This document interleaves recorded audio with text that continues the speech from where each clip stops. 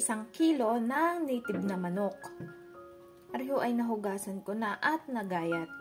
At sasamahan ko rin ho ng paan ng manok. Nagigisa ho muna tayo ng sibuyas at bawang.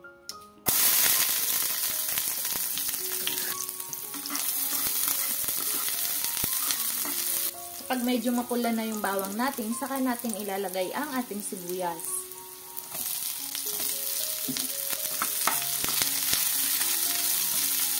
Ilalagay na natin ang ating native na manok.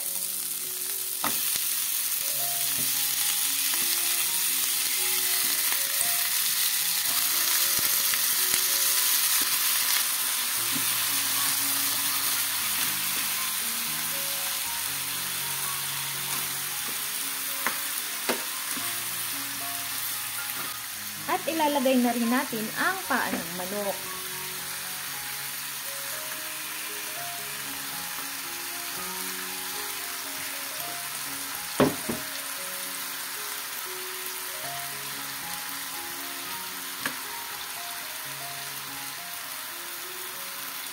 Atin lang aring lalagyan ng tubig.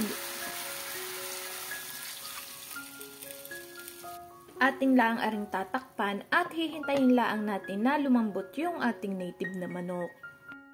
Nagpalit lang ako ng kawali at medyo maliit yung ating napaglutuan. Ngayon ay malambot na aring ating manok. So atin na aring titimplahan. Maglalagay tayo ng soy sauce or toyo.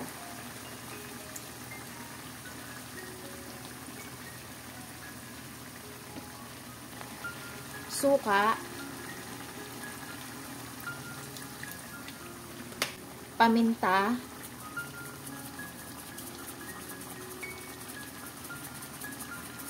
at sili. Pag lumabas na yung aroma ng ating suka, ay pwede na nating haluin.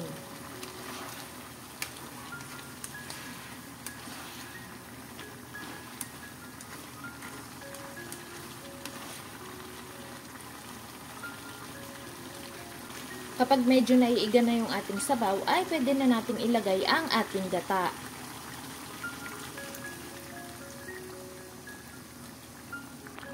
Maglalagay din tayo ng turmeric powder or pwede rin kayong gumamit ng sariwa na luyang dilaw.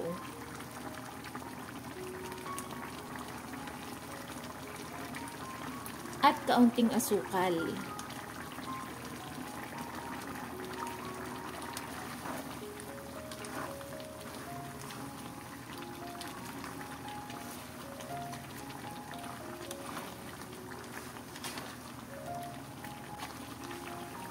Pakukuluan laang natin ari ng mga 5 minuto pa. At saka natin papatayin ang apoy. Ari na ang ating ginataang manok.